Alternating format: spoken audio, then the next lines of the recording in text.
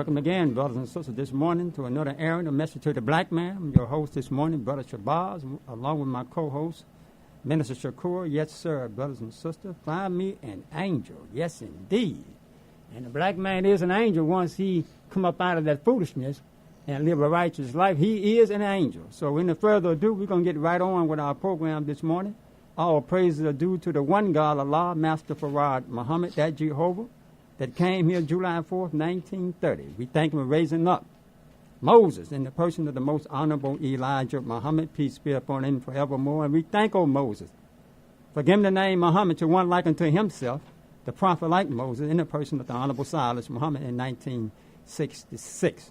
And we thank the Honorable Silas Muhammad. Courage on the fire, going back to Chicago on that fateful day, August the 21st, 1977, to deal with Wallace and his spirit, God Allah, that he reintroduced to our people.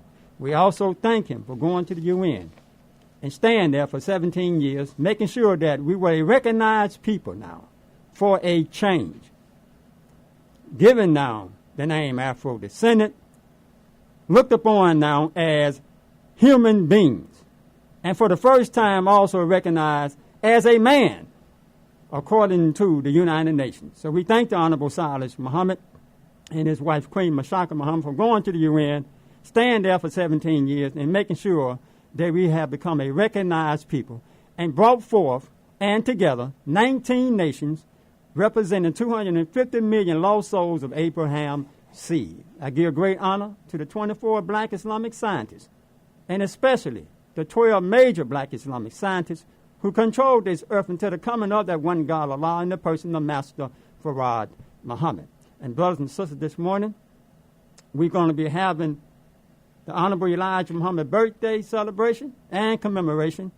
Will be held on Sunday, October the 12th, at 2601 Pennsylvania Avenue, Baltimore, Maryland. Doors open at 2 p.m. That is the Honorable Elijah Muhammad birthday celebration and commemoration. Will be held on Sunday, October 12th, at 2601 Pennsylvania Avenue, Baltimore, Maryland. Doors open at 2 p.m. And we will be going over a lot concerning the most honorable Elijah Muhammad and also who he was in the book of prophecy, his identity of who he was in the book of prophecy. But this morning, brothers and sisters, we have a special program we're going to get into, but it's going to be special and it's going to be a little, I would say, enlightening, because what we're going to discuss this morning, and Brother Minister is going to get into that, is the title Queen. Yes, sir. Yeah. See, I know a lot of you call yourself queens, but do you live up to the standards, the societal burden, the dignity, the honor, the respect, the culture requirements that makes a queen? You understand me? No disrespect to anyone. We are talking about now this morning what it takes to be called a queen. Because we know now the word has been misused and abused. And let me say this to many of my brothers out there, the vulture cultures. that's what in the deep south they call them buzzards. But here we're going to get a little more politically correct. We're going to call them the vulture cultures, who use the name and the title queen to get over on the sisters, to stroke the sisters' ego, so they can have cheap rendezvous with the sisters, cheap thrills with the sisters. We're going to get into it. Brother Minister's going to get into that. This morning I want to speak just briefly on something that has been on my mind since I started this program here in 2015. And that is the misuse of the Sex Act. All right? The misuse now of the Sex Act by black women, black females, and the black man in general. I say the misuse now of the Sex Act in itself. We know racial discrimination and all of that has played a major part as a weapon of war in the black community. We know that for a fact. But what about something that which is taboo now to black people, which they don't really want to discuss, which also is a weapon of war now that has been used in the black community? And that weapon of war is the misuse of the Sex Act.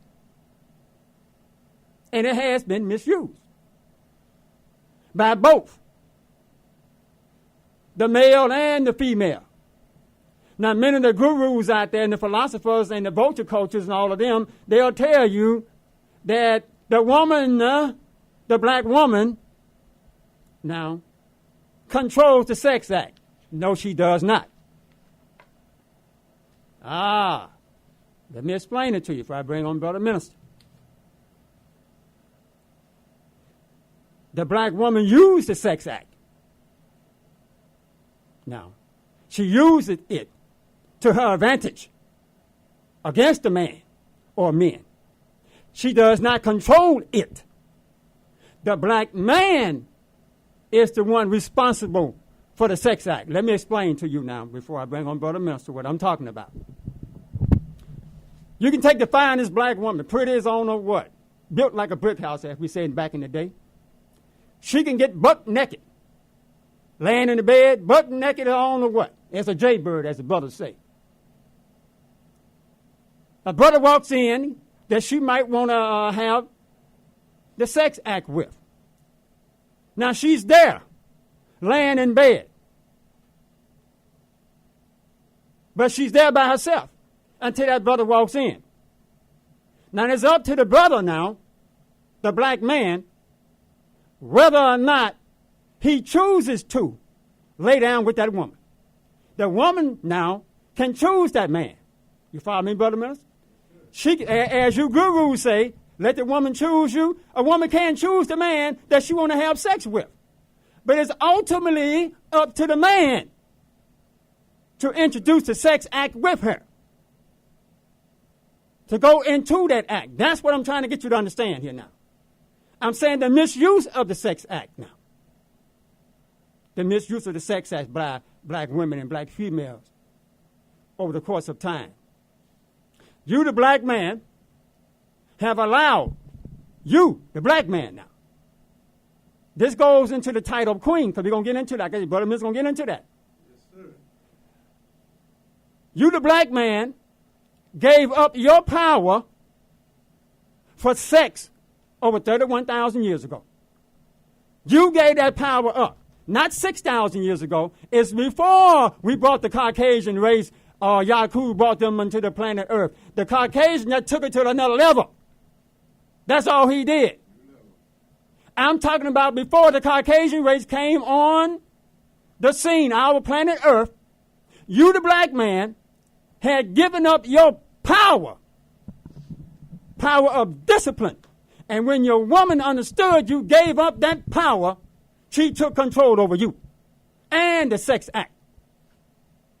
I'm saying to you now, and especially to you FOIs, many of you going around, you all talking on these tours and stuff.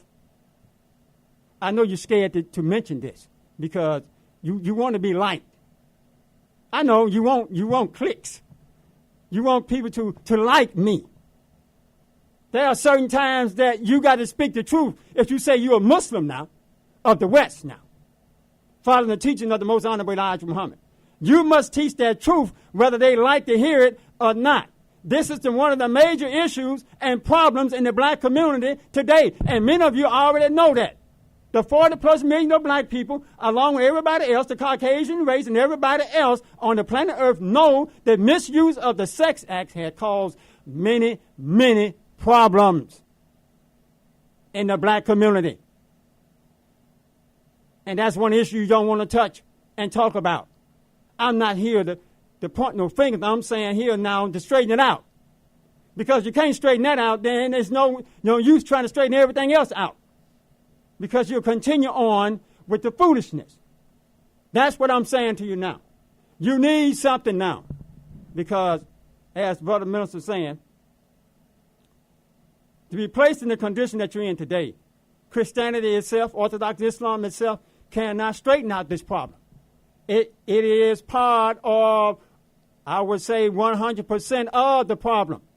Because inside of both of them, you are able to do whatever you still want to do without any responsibility and blaming on something other than yourself. That's what I'm talking about this morning. Unity. We cry about unity. All of that plays a major part now in what we have to do to straighten it out. You need your own. You need self-determination. You need self-government to write laws that would benefit you now to curtail this foolishness. So without that being said, brothers and sisters, I'm going to bring on Brother Mills because it's time to bring him on. Like I said, we're going to be discussing now this situation, discussing the title queen. Okay? The title queen. So that you understand. No pointing the fingers at anybody. We just discussing it. Because it's something need to be discussed. Let me say this before I bring on Brother Minister. You know today, the Caucasian race has not put the label queen on any white woman. You know, after the death of Queen Elizabeth, Minister of England. No, I didn't. Yeah, yes, sir. They have not labeled any woman to this day the title queen because they understand what it takes to be a queen. Over the nation, I'm talking about now. Over nations now. Right. That's what I'm talking about now. She was queen of what? Over the European nations. Yes. I'm talking about Queen Elizabeth. So they understand to be put in that position, you have to be damn near immaculate. That's what I'm talking about. So I'm going to give this mic over to Brother Minister. Because like I said, we got a lot we're going to discuss. And I know this topic here, the misuse of the sex act in the black community and the black Afro-descendant nation is something that black folks don't want to talk about. And they're scared to talk about it. So here's Brother Minister here in the city of Baltimore for the Honorable Silas Muhammad, the Lost Foundation of Islam. Assalamu alaikum. Thank you. Thank you. Thank you, Brother Shabazz. In the name of Almighty God, Allah, Master Farad Muhammad, to whom all holy praises are due forever. And in loving memory of the Honorable Elijah Muhammad, peace be upon his name forever. And we thank the Honorable Silas Muhammad for resurrecting a dead, fallen nation. And in recognition of our Queen, Her Majesty, Misshaki Muhammad, Assalamu alaikum. Today I'm going to spotlight a very, very, very special woman. A lady in her own right. The queen of the Lost Foundation of Islam and the first queen of the Afro-descendant nation. Her birthday was 2 weeks ago. Happy birthday to our queen. The saying is that behind every good man, there is a good woman. I don't know about that, but I do know this woman, this lady, has stood with this great man for 64 years. This man, the Honorable Silas Muhammad, has made more than 40 interventions at the UN on behalf of African Americans / Afro-descendants. But today is about Attorney Harriet Abu Bakr's intervention. She made at the United Nations. Our Queen, a living definition of a queenship. Now, this is from our FOI newsletter. I commend this captain of the Lost Foundation of Islam. He did a good job in describing what a queen is. The word queen has often been misused, stripped of its sacred weight, and reduced to shallow flattery in the modern world. But in divine Afrocentric and Asiatic traditions, the title queen carries a authority, continuity, and eternal responsibility.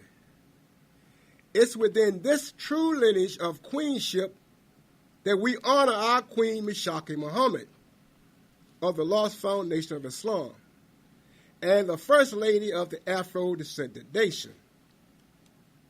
Her life stands as a living testimony of the true meaning of the word, grounding her in the legacy of the most honorable Elijah Muhammad, peace be upon his name, fortified by unwavering support of the Honorable Silas Muhammad,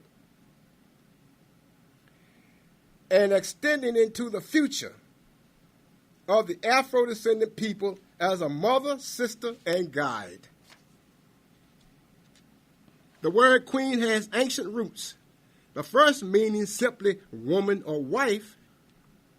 Over time, it came to signify the highest station of feminine rulership, dignity, and sovereignty.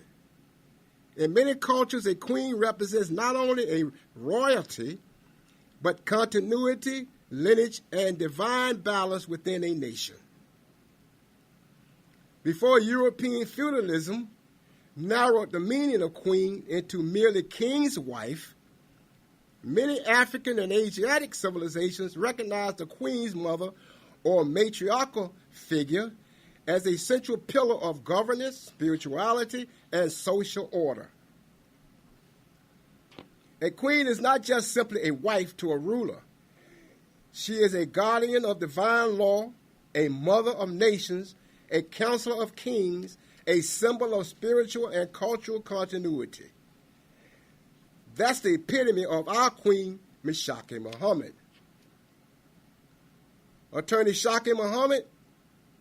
Attorney Harriet Abu Bakr, hails from the Afro-descendant nation, and she has dedicated her career in championing and empowerment of our community with unwavering determination. She has been tirelessly working to shed light on the unique challenges faced by Afro-descendants worldwide and to secure their rightful peaceful global stage, on the global stage. Now some historical information on how she spearheaded the establishment, or one that established the Afro-descendant nation and paved the way for recognition, representation, and justice. But before I do that, I want to give you some current news on our brother, DeCarlos Brown Jr., the brother that stabbed the white woman on the light rail train in Charlotte, North Carolina. Now, President Trump, I quote, "The animal who so violently killed a beautiful young lady from Ukraine who came to America searching for peace and safety should be given a quick trial and only awarded the death penalty." The president declared that on Truth Social, end quote. Attorney General Pam Bundy has vowed to seek the maximum penalty for this unforgivable crime, and the suspect will never, listen, she said, will never see the light of day as a free man. So this brother has already been tried and sentenced before he even goes to court. Y'all hear me? Brown's mother told local TV station WSOC that her son is schizophrenic and should have not been allowed to roam the streets. Brown's sister, Tracy, whom he assaulted in 2022, believes he attacked Zarutska, that's the white woman's name, because he thought she was reading his mind. This year, Brown was arrested after calling police and told them he was given man-made material that controlled his talking, eating, and walking, according to court files filings. Now, Daniel Penny, who was acquitted of all charges in December 2024 for the May 2023 chokehold death of Jordan Neely, a homeless black man with a history of mental illness.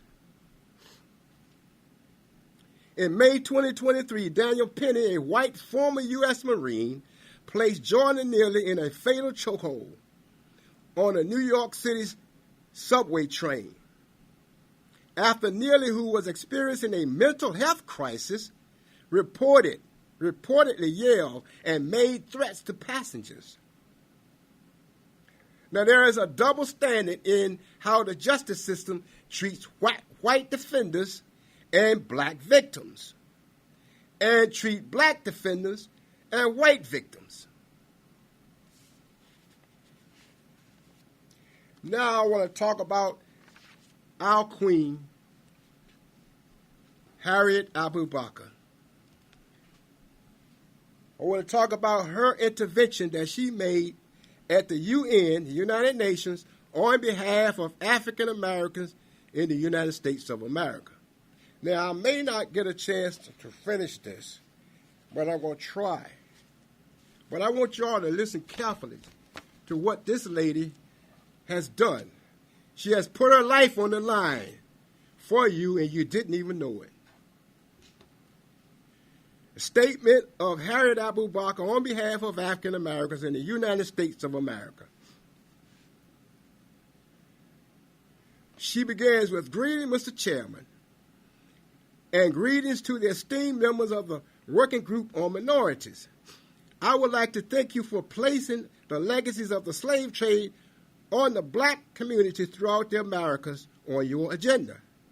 I believe it is appropriate that the study of our condition begins here, and I trust the experts in this working group are to consider our experiences, past and present, in the light of law.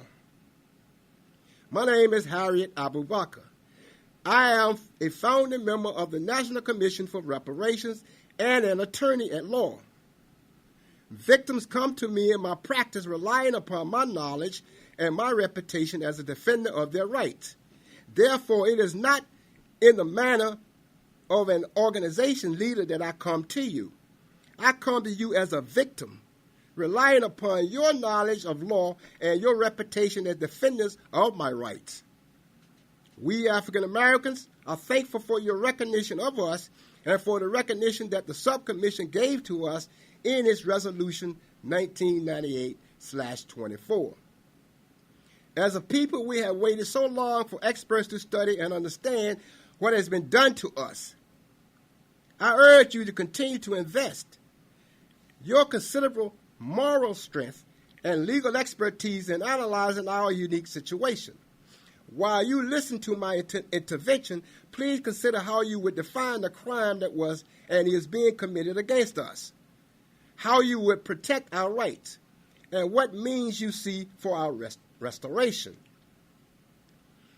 African Americans in the United States of America are not the same people as the Africans who were kidnapped and sold into slavery during the European slave trade. Those Africans no longer exist physically, culturally, mentally, or spiritually. They were intentionally destroyed, and their descendants are a different people, changed in ways that are permanent and damaged in ways that are making recovery difficult.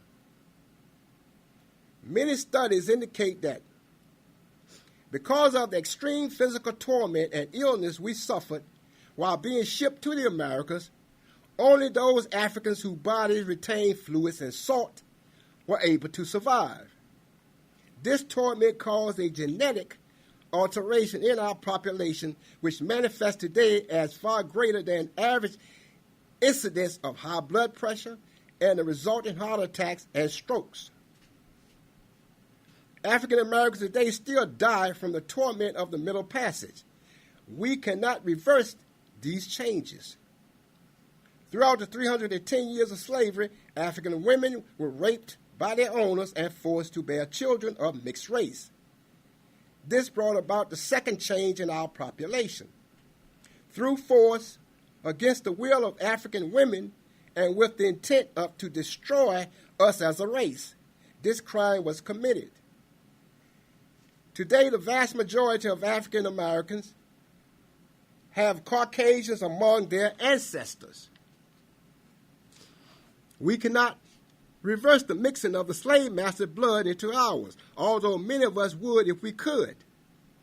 During slavery, certain black males were singled out like stud horses and used in order to populate a plantation with bigger, stronger slaves. Through forced breeding or physique, our physique is not the same as our African ancestors, in part because of breeding and the food that we were forced to eat. We are today people with extraordinary health problems. We suffer from a far greater than average incidence of diabetes, prostate cancer, and obesity. We cannot reverse the changes in our physical condition. We can only strive to live with them. In addition to being affected genetically, racially, and physically, many millions of us have died. The United Nations has been exceedingly concerned about the loss of 6 million Jews in a crime which is commonly referred to as the greatest example of genocide, and yet we have lost many more than 6 million. The lowest estimate of our loss is 10 million, and the highest up to 500 million. Our people were thrown overboard ships, beaten to death, hung, starved, torn apart, burned to death. We can hardly name the many different ways in which we have died. Even today, a mass grave of 400 African Americans slaughtered in a race riot is being uncovered. And the killing hasn't ended. You see us marching in protest because our young men and women are being killed by police at an alarming rate. Amnesty International has reported to the UN on this. Amnesty International has also just reported that the United States is administering the death penalty on a disproportionate number of black men. How many million of us have to die before we are recognized as victims of something more criminal than race discrimination? In addition to being forcibly changed and murdered, we have been destroyed culturally. The cultural life of the original African slaves was completely obliterated in the United States. As individuals, African Americans have no idea of what country, what region of Africa, what tribe, or what culture we came from. When we recognize that not only can we not speak our mother's tongue, but we cannot never know who our ancestral mothers were. We suffer an immeasurable grief. How degrading, how sad, how lonely to have lost all trace of our mothers and fathers, never to be able to find them again, even within ourselves. As a people, we are just beginning to wake up to the knowledge of our loss and to feel this grief. As a people, everything that we were is dead. It is perhaps for this reason that we have come to the United Nations. We want to live again as ourselves, anew, and we need help. Mentally, we have been changed also. Our African ancestors were subjected to transgenerational traumatic stress. They suffer terrorism from the time of their birth until their death, living their entire lives with an unnatural fear of white people, up unto our including this very generation. An unreasonable fear of white people can be discovered in some of the strongest of black men. Black youth, in overcoming fear, have substituted a kamikaze type of anger, which awaits only to be ignited. Some of them want to be martyrs. We believe it is only our effort at a legal solution that holds them in check. In addition to fear and anger, a mental condition of self-hatred came into existence as a result of slavery. This condition affects us today, causing us to turn on ourselves and each other, effectively preventing our recovery. I'm about finishing up here now. Perhaps the most destructive thing was done to us was that I want my Christian brothers and sisters especially to listen to this. Perhaps the most destructive thing that was done to us was that a white Christian God was placed over us, a captive people. The Christian religion was used to subjugate us as slaves, and it continues to subjugate us today. It is pressed upon our sons and daughters by their own well-meaning mothers and fathers with little knowledge that a white God may not be the best God for a black child. In closing, I would like to ask how you would define the crime that was and is being committed against us, how you would protect our rights, and what means you see for our restoration. I am convinced that there are ways in which you can help us immediately, and I urge you to help us immediately, as many of us are descending into an apathetic condition. I urge you to act on our behalf. I urge you to recommend to the subcommission that a forum for African Americans be established at the United Nations in New York, and as was requested last year by Mr. Silas Muhammad. I urge you to recommend to the subcommission that a new working group be established here in Geneva to study our conditions throughout the diaspora. I urge you to recommend that the subcommission pass a resolution recommending slavery as a slave trade as a crime against humanity. I urge you to take up the task of writing a working paper as a way to begin analyzing our situation. I urge you to visit the United States, and visit us in order that we might demonstrate to you our condition. And finally, I urge you to include us in the Declaration on the Rights of Persons Belonging to National or Ethnic, Religious, and Linguistic Minorities. Or if that cannot be done, I urge you to begin writing a new declaration for us.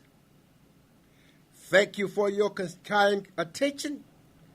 Harriet Abubakar, Attorney at Law, National Commission for Reparations.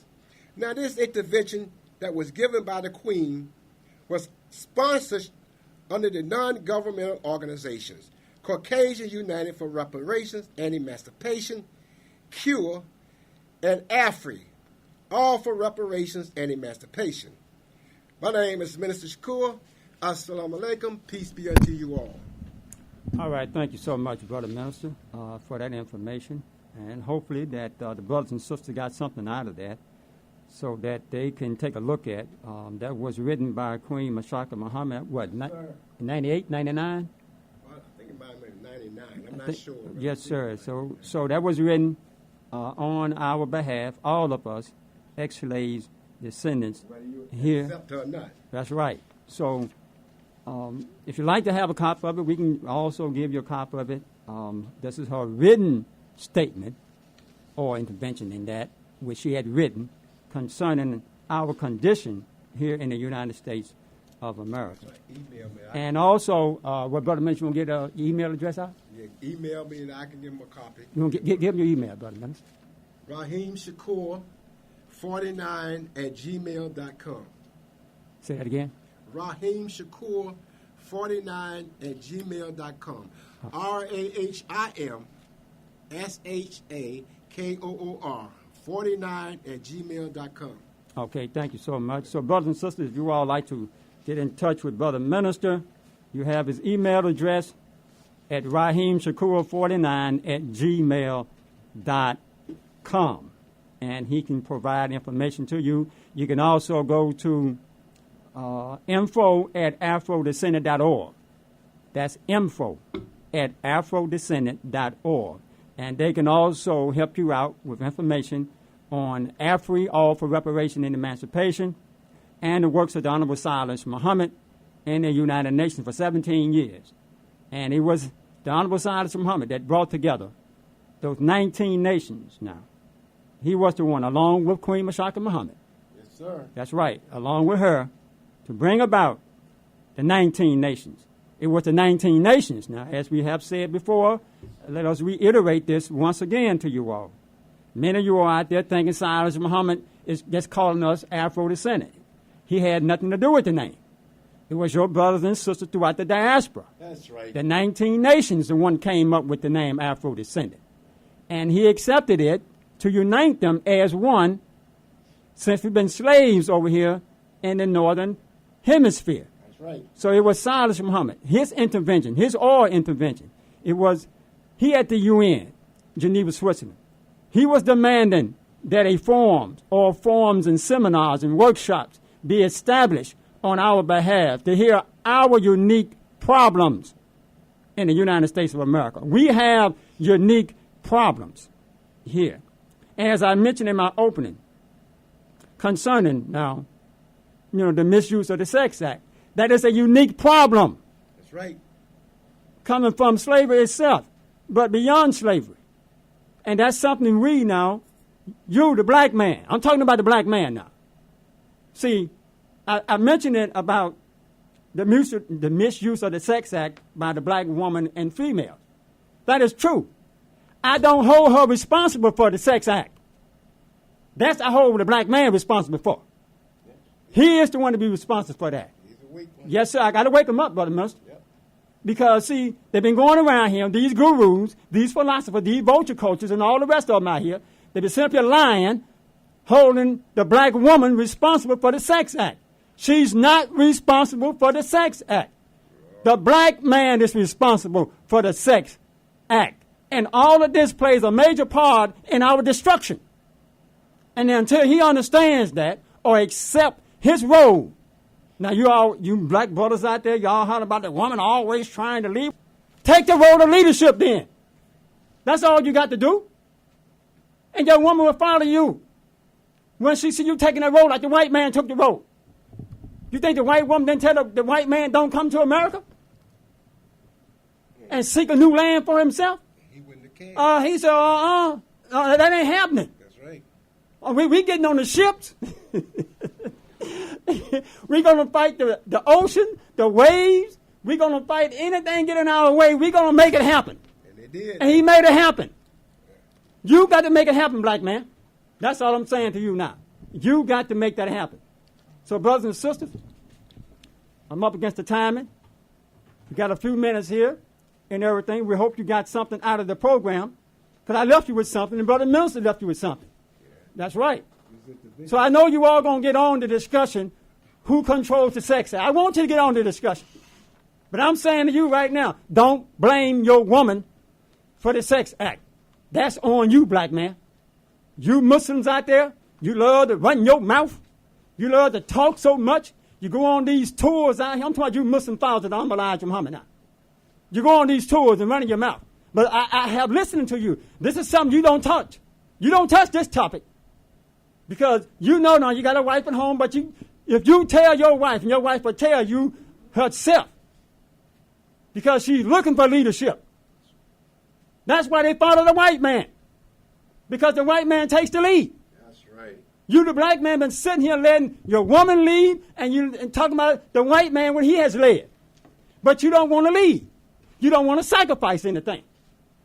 Because you love to have a cheap thrill with your woman. Then when your woman gets on you about it and tells you to stand up like a man, then what you do? You go to screaming and hollering. You attacking me. What you attacking at me for?